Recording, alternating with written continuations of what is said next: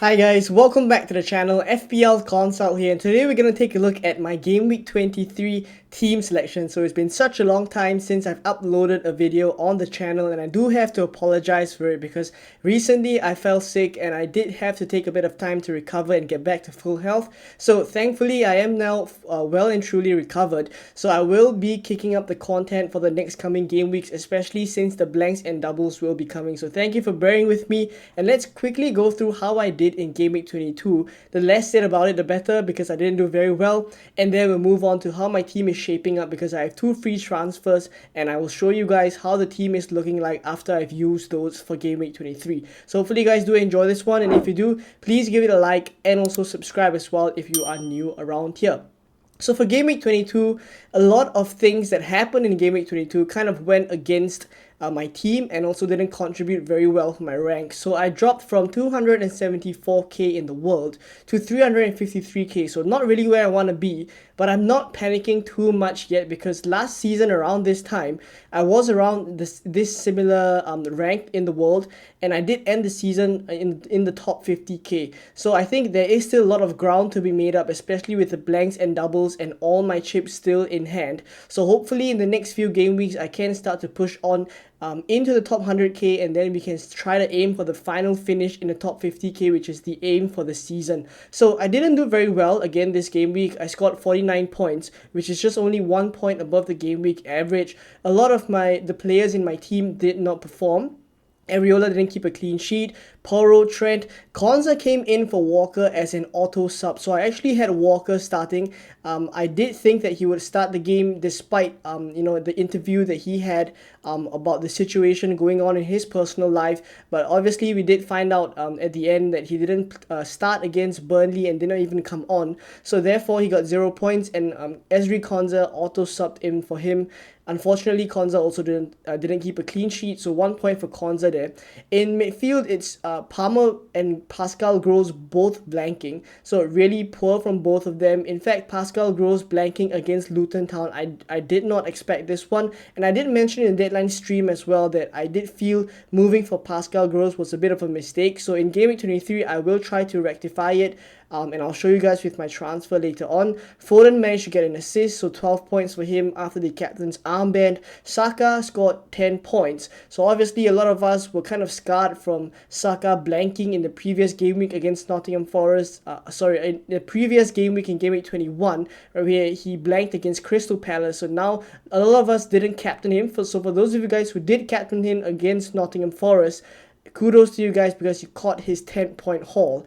And now up front, I have Darwin Núñez, who also blanked. Solanke and Watkins both returned, so 8 points for Solanke and 7 points for Watkins. So the situation with my team as the game week went along for Game Week 22 just did not bode very well, right? Alvarez was a major rank killer for me. He got 13 points. Darwin Núñez, of course, hit the post many times, and now we are receiving news as well that he is kind of injured. He came off the game, or he left the stadium with a protective boot, is what we are hearing from Klopp. So he is an injury doubt for Game Week 23, so he's also someone that will have to be addressed. So there we go with my Game Week 22 team. Again, didn't do very well. Hopefully we can address that moving forward, and let's now take a look at my Game Week 23 team.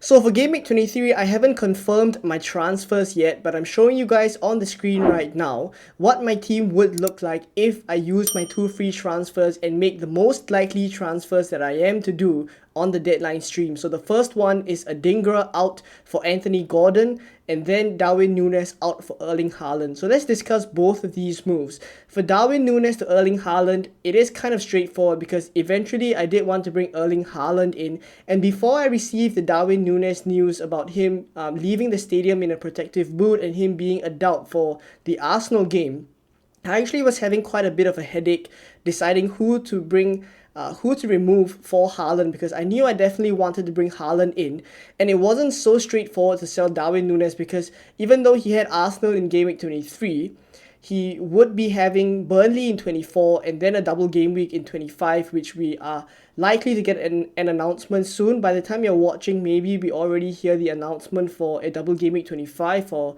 Liverpool. So that was playing on my mind, but obviously now that he is injured, this move is slightly more straightforward and it allows me to keep Solanke and Watkins, who both have really good fixtures in Game Week 23. So I guess the injury came at a good time so that I could bring Haaland in. Now, for Anthony Gordon, the reason why I've sold Adingra instead of Pascal Gross is because obviously Ivory Coast is now going further into the African Cup of Nations after eliminating Senegal, who were one of the favourites. So Ivory Coast actually do have a decent chance of going quite far into the tournament. So because of that, I think Adingra could be missing for quite a while. And of course, in terms of making a transfer, I definitely think that Anthony Gordon is the one I would want to bring in now. I think for those of you guys who are thinking of bring in cheaper midfielders, a lot of us maybe are moving a little bit knee-jerky going for Eze. I think the time to move for Eze has kind of passed. The boat has kind of sailed for Eze, I feel, until maybe around game week 25 to 26. That's maybe the next time to bring Eze in. I think for now, looking at the fixtures, I think that Anthony Gordon is the one to go for. In fact, it is rumored that he should be playing in the number 9 role because of injuries to Isak and Wilson. So we'll see where he plays, but I do think like his chances against Luton Town and getting returns there is very likely. So I'm finally going to bring Anthony Gordon in my team, who has been kind of killing my rank quite a bit the past few game weeks. So another thing about Anthony Gordon also is that he plays in game week 26, so he does not blank. Though it's Arsenal, he still does play, so I don't have to waste a transfer to remove him for someone that actually does play in game week 26 if I want to save the free hit. And also, Anthony Gordon is likely to be playing in very attacking positions, as I've mentioned. So I'm going to move for him here. And I've moved Pascal Gross onto the bench. So it kind of solves my problems two ways, where I bring in an attacker that's better than Pascal Gross, again, which I feel was a mistake bringing in. And then, of course, it also solves my problem of Adingra being in the African Cup of Nations and not able to play, so he was basically a dead spot on my bench, but now I have a playing player in him, so it solves my problems there. And overall, after I do make these two transfers, the team looks really good. So I'm going to start with Dubravka in goal here, Luton at home. Definitely favor this fixture instead of the Areola one, who has Manchester United away. Now, Luton are definitely no pushovers at home, but away from home, Luton have struggled, and of course Newcastle are kind of turning a corner right now, so I do fancy Dubravka here to keep a clean sheet. In defense, it's Porro, Trent and Ezri Konsa. All of them have away fixtures. Porro is slightly concerning now that Udogie is performing a little bit better than him, but I don't see a need for me to rush to remove him. He may be off of some set pieces, as we already saw in the Brentford versus Tottenham game in Game Week 22, but I still feel like for the time being, I don't really want to spend transfers unnecessarily, so I'm going to take my chances with him playing Everton away. Hopefully he can get something there.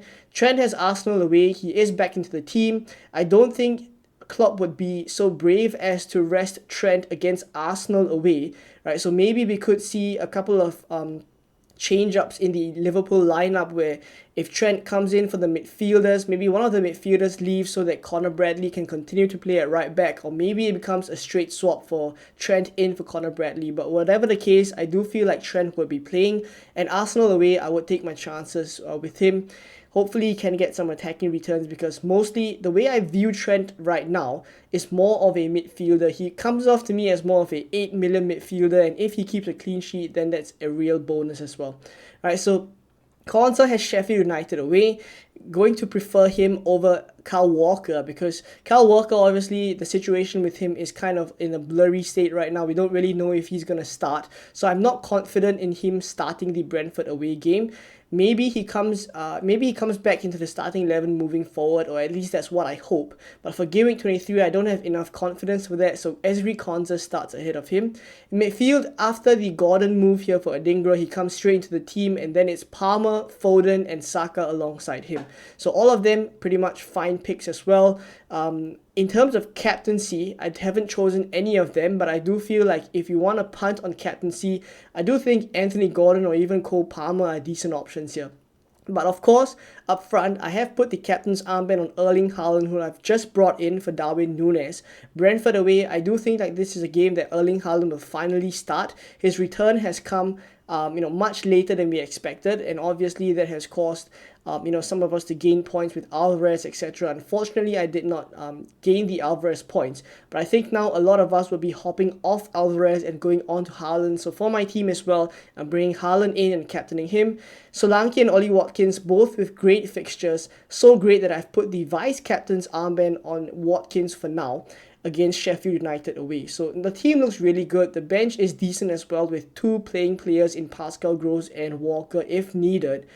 And of course, Charlie Taylor is last on the bench. Hopefully he recovers soon, because I will need him for game week 26 if I want to save the free hit then. So obviously, these transfers in for game week 23 does have the future blanks and doubles in mind, where a rough outline of what I plan to do is to basically use free transfers to get double game week players in for game week 25, and of course moving on to blank game week 26. I do hope that I can save the free hit then, because I think there will be better game weeks later on to use the free hit. So in game week 26, hopefully I can get a team of 11 playing players, and then moving forward I can use the free hit in maybe 29 or a double game week later on in 34 or 37. So we'll see how that goes, but at least for now that's the plan. And the team for me, I think it looks really good for game week 23. So just a rough idea of moving forward, what I plan to do about Salah, because I think we should start to consider how to bring Salah back in. At least try to have a flexible strategy, even if we don't bring him in eventually, because obviously the situation with him is quite blurry right now. We don't really know when exactly he's going to come back. He's posted some clips of him training with no issues, but Klopp also has come out to say that he doesn't expect him to be back until after the Burnley game, which is the first game of game week 25. So even then, does he play the full double game week? So we don't really know. So I'm keeping my plans flexible, and I think my route back to Salah for now would be Saka out for Salah, and then downgrading Pascal Gross. But of course in game week 25, if Salah is not fit, I think Pascal Gross to Diogo Jota would be the move that I'll be making then. So that's kind of just a future plan of what I intend to do then. But hopefully, I think this is clear enough for game week 23. I don't think I'll be deviating too much from these moves, but I plan to make them on the deadline stream. So I'll catch you guys as usual 3 hours before the deadline on Saturday morning. And I hope you guys enjoyed this video, right? And of course, if you guys haven't subscribed already, I will be doing the Fantasy Football Hub membership giveaway on the Game Week 23 deadline stream. I was supposed to do it on the Game Week 22 deadline stream, but unfortunately, because I was sick, I did not have enough time to prepare for that. So it will be now postponed to the Game Week 23 deadline stream. If you aren't subscribed already, just hit the button and you will be entered into the draw, and you could stand a chance to win a Fantasy Football Hub membership tomorrow.